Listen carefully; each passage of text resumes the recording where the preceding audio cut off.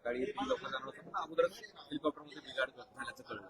Late होते जातात काय नेमकं? खरं तर मला सकाळी 10:30 वाजता मी निघणार होते हेलिपॅडकडे, म्हणजे विमानतळावरूनच हेलिकॉप्टर टेक ऑफ होणार होतं.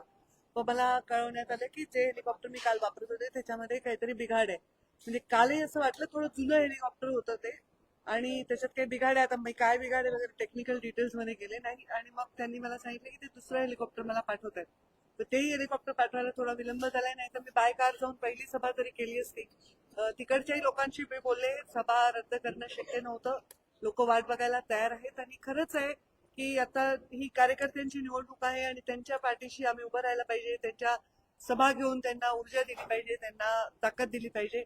तर मी चालले आता सभेला. लेट झालाय 2 तास, पण ठीक आहे, लोक वाट बघायला तयार आहेत. असं की काल तुम्ही वक्तव्य केलं की हेलिकॉप्टरने फिरते आणि आई देव पाण्यात ठेवते.